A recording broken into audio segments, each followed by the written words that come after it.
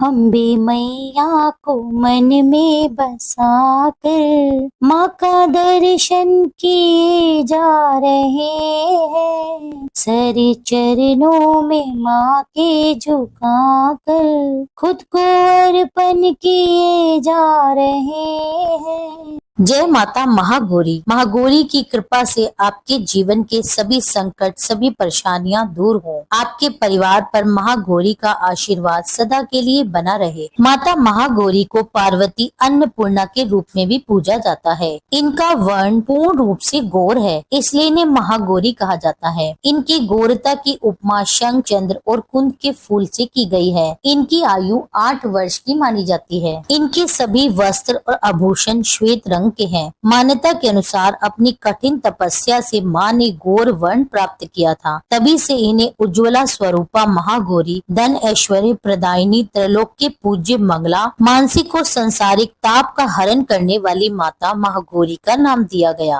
आज के इस वीडियो में आप सुनेंगे माता महागौरी व्रत की संपूर्ण कथा। आप सभी से अनुरोध है कि कथा को पूर्ण रूप से श्रवण करें। कथा आरंभ करने से पहले माता महागौरी का ध्यान मंत्र पढ़ते हैं। या देवी सर्वभूतेषु मां गौरी रूपेण संस्थिता, नमस्तस्यै नमस्तस्यै नमस्तस्यै नमो नमः। वंदे वांछित कामर्थे चंद्रार्थ शेखरम, सिंह रूढ़ा चतुर्भुजा महागौरी यशस्विनी। पौराणिक कथा के अनुसार शुंभ निशुंभ 2 दैत्य उत्पन्न हुए जो परस्पर भाई थे। उनके तपोबल से प्रभावित होकर परमेश्वर ब्रह्मा जी ने उन दोनों भाइयों को यह वरदान दिया था कि इस जगत के किसी भी पुरुष से तुम नहीं मारे जा सकोगे। तब दोनों ने ही ब्रह्मा जी से प्रार्थना की कि माता पार्वती के अंश से उत्पन्न जो अयोनिजा कन्या उत्पन्न हो, जिसे पुरुष का स्पर्श और रति नहीं प्राप्त हुई हो, उसके प्रति काम भाव से पीड़ित होने पर हम युद्ध में उसी के हाथों मारे जाएं।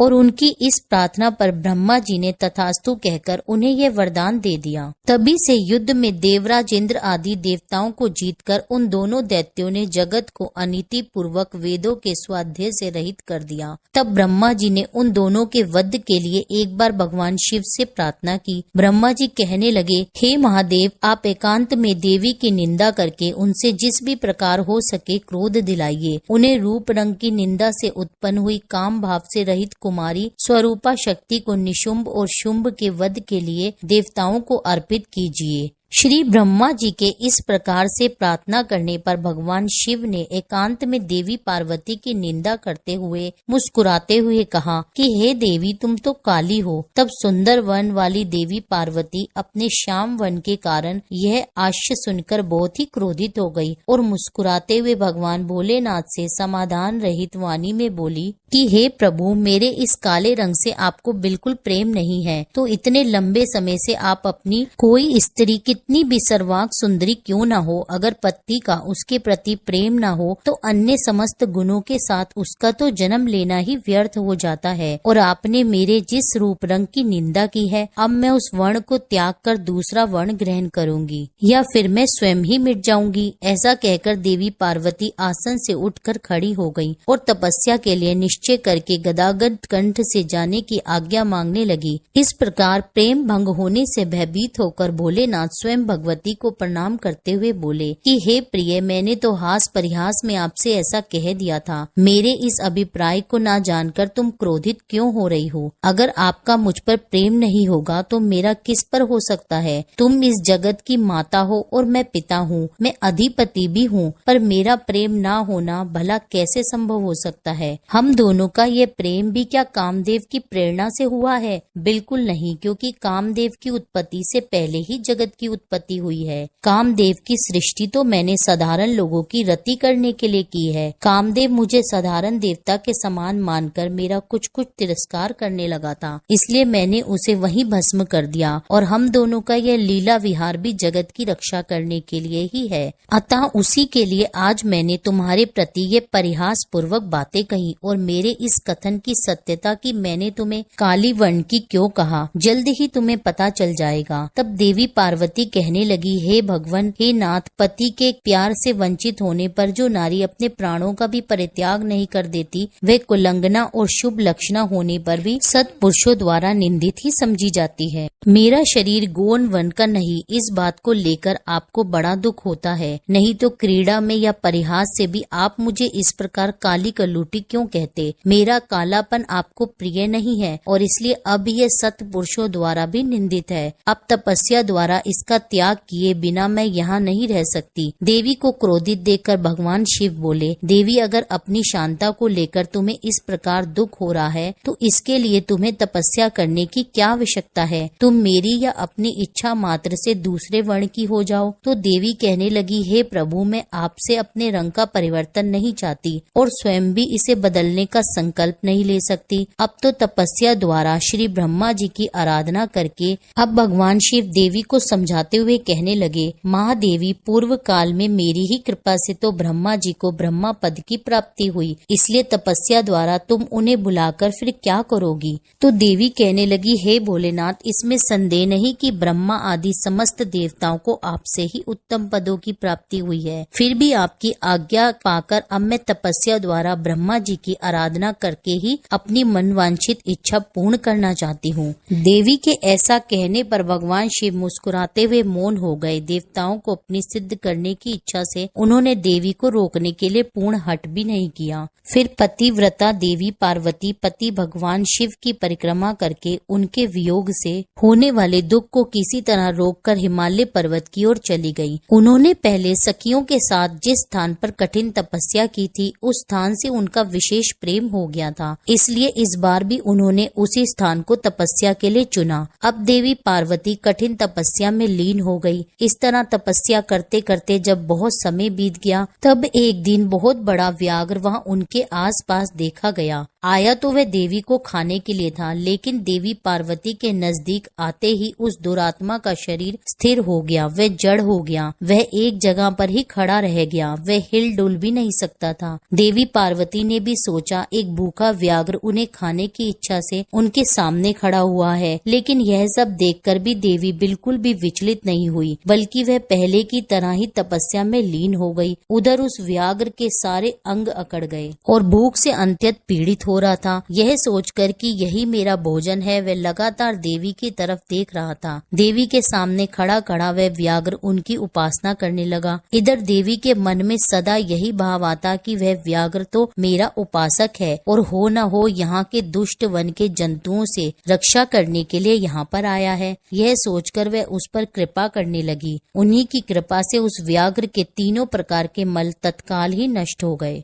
फिर तो उस व्याघ्र को सहसा ही देवी के स्वरूप का बोध हुआ। उसकी भूख मिट गई और उसके अंगों की जकड़न भी टूट गई। साथ ही उसकी जन्म से दुष्टता भी नष्ट हो गई और उसे निरंतर तृप्ति बनी रहने लगी। अब वह देवी के आसपास आने वाले दुष्ट वन जंतुओं को खदेड़ता हुआ उस तपोवन में विचरने लगा। इधर तपस्या में लीन देवी की तपस्या बढ़ी और तीव्र से तीव्र होती गई। उनकी इस कठिन तपस्या से प्रसन्न होकर श्री ब्रह्मा जी वहाँ पधारे। देवी ने उनके योग्य अर्घ देकर उनका आदर सत्कार किया। बदले में उन्होंने भी देवी का अभिनंदन और सत्कार किया। ब्रह्मा जी अनजान की तरह देवी की तपस्या करने का कारण पूछने लगे, बल्कि स्वयं श्री ब्रह्मा जी ने ही तो भोलेनाथ को ऐसा करने के लिए कहा था। अब अनजान की तरह श्री ब्रह्मा जी पूछने लगे तो देवी कहने लगी, हे ब्रह्मा जी, मेरे शरीर में जो यह कालापन है, इसे सात्विक विधि से त्याग कर मैं घोर वर्णा होना चाहती हूँ। तब ब्रह्मा जी बोले, हे देवी, बस इतने से प्रयोजन के लिए आपने इतनी कठिन तपस्या की, ऐसा क्यों किया? इसके लिए आपकी इच्छा मात्र ही पर्याप्त नहीं थी, या फिर आपकी यही कोई एक लीला है? अगर आपकी यह भी कोई लीला है तो आप इनके द्वारा मेरे एक अभिष्ट फल की, देवी शुंभ और निशुंभ नामक 2 दैत्य हैं, उन्हें मैंने वरदान दे रखा है। इनसे उनका घमंड बहुत बढ़ गया है और वे देवताओं को सता रहे हैं। उन दोनों को आपके ही हाथों से मारे जाने का वरदान प्राप्त हुआ है, इसलिए अब देर करने से कोई लाभ नहीं। अब आप क्षण भर के लिए सुस्थिर हो जाइए। आपके द्वारा जो शक्ति रची या छोड़ी जाएगी, वही उन दोनों के लिए मृत्यु हो जाएगी। ब्रह्मा जी ने इस प्रकार प्रार्थना करने पर गिरिराज कुमारी देवी पार्वती सहसा अपनी काली त्वचा के आवरण को उतार कर घोर वर्णा हो गई। काली त्वचा के आवरण रूप से त्यागी गई। उनका नाम कोशकी हुआ और वह काले मेघ के समान कांति वाली कृष्ण वर्णा कन्या हो गई। देवी की यह महामाई शक्ति ही योग निद्रा और वैष्णवी कहलाती है। उनकी 8 बड़ी भुजाएं थी, जिसमें उन्होंने शंख चक्र त्रिशूल गदा आदि आयुध धारण किए हुए थे। फिर देवी ने अपनी सनातन शक्ति को श्री ब्रह्मा जी के हाथ में दे दिया और वहीं देवी शुंभ निशुंभ का वध करने वाली थी। तब ब्रह्मा जी ने देवी को सवारी करने के लिए प्रबल सिंह प्रदान किया, जो कि उनके साथ ही आया था। उस देवी के रहने के लिए श्री ब्रह्मा जी ने विंध्य गिरी पर वास स्थान दिया और वहाँ नाना प्रकार के उपचारों से उनकी पूजा की। फिर देवी ने ब्रह्मा जी से उस व्याघ्र के लिए प्रार्थना की और कहा कि हे ब्रह्मा जी, ये व्याघ्र अब मेरी शरण में आ गया है, इसलिए अब मैं इसका त्याग नहीं कर सकती, इसलिए अब इस व्याघ्र को भी मेरे साथ रहने की आज्ञा प्रदान करें। अब देवी गौर वन धारण करके अपने पति भगवान शिव के पास अर्थात कैलाश पर्वत की ओर वापस चल दी। भोलेनाथ के पास पहुंचकर देवी ने उनसे कहा कि देव, यह व्याघ्र मैं आपके लिए भेंट लाई हूँ, आप इसे देखिए, इसके समान मेरा उपासक दूसरा कोई और नहीं, और इसने दुष्ट जंतुओं के समूह से तपोवन में मेरी रक्षा की थी, और यह तो मेरा अनन्य भक्त है, और जरा देखिए तो मेरी प्रसन्नता के लिए यह अपना देश छोड़कर भी यहाँ आ गया है। हे महेश्वर, अगर आपको मेरे आने से प्रसन्नता हुई है और अगर आप मुझसे प्रेम करते हैं तो मैं चाहती हूँ कि ये व्याघ्र नंदी की आज्ञा से मेरे अंतपुर के द्वार पर अन्य रक्षकों के साथ रहकर उन्हीं के चिन्ह धारण करके सदा स्थिर रहे। जब भगवान शिव ने कहा कि देवी मैं अत्यंत प्रसन्न हूँ, फिर भगवान शिव के ऐसा कहते ही वह व्याघ्र उसी क्षण लचकती हुई स्वर्ण जड़ित वेद की छड़ी रत्नों से जड़ित विचित्र कवच, सूर्य की सी आकृति वाली छुरी और रक्ष कोच भेग धारण करके गणा अध्यक्ष के पद पर प्रतिष्ठित दिखाई दिया। उसने उमा सहित महादेव और नंदी को भी आनंदित किया था, इसलिए वह व्याघ्र सोम नंदी नाम से विख्यात हुआ। प्रेम से बोलिए महागौरी की जय। जय माता दी। माता महागौरी की आरती। ओम जय जय महागौरी मैया, जय जय महागौरी। निश दिन ध्यावत तुमको, निश दिन ध्यावत तुमको, हरि ब्रह्मा शिव जी। ओम जय जय महागौरी। डमरु त्रिशूल धारिणी, पापों का नाश करे, वृषभ वाहन पर विराजे, माँ कल्याण करे। ओम जय जय महागौरी। श्वेत वस्त्र माता का छवि है मन भावन, सच्चे मन से पुकारो, सच्चे मन से पुकारो, मैया देगी दर्शन। ओम जय जय महागौरी। गौर वर्ण मैया का साधक रहे प्रसन्न, श्रद्धा पुष्प चढ़ाओ, श्रद्धा पुष्प चढ़ाओ, पावन कर दो मन। ओम जय जय महागौरी। अष्टमी नवरात्रि में पूजा माँ की करो, माँ विपदा है मिटाती, माँ विपदा है मिटाती, माँ का ध्यान करो। ओम जय जय महागौरी। अवतार लियो दक्ष के घर में, लीला निराली की, शिव बैरागी खोए, शिव बैरागी खोए, मोहिनी थी डाली। ओम जय जय महागौरी। शरणागत की रक्षक माता भवानी तुम, सुन लो माता अर्जी, सुन लो माता अर्जी, आए द्वार तुम्हारे हम। जय जय महागौरी। मंदिर में माँ तेरे सदा ही सुख बरसे, अन्न धन सब माँ पावे, अन्न धन सब माँ पावे, अपूर्ण नर न रहे। ओम जय जय महागौरी।